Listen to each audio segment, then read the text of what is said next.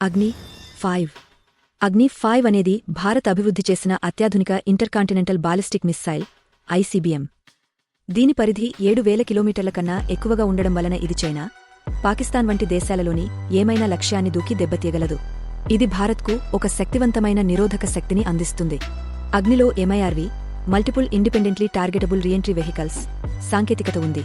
అంటే ఒక్క మిస్సైల్ అనేక లక్ష్యాలను ఒక్కసారిగా అద్భుతమైన ఖచ్చితత్వంతో దాడి చేయగలదు. ఈ మిస్సైల్ గంటకు 29,000 కిలోమీటర్ల మాక్ 24 వేగంతో ప్రయాణిస్తుంది.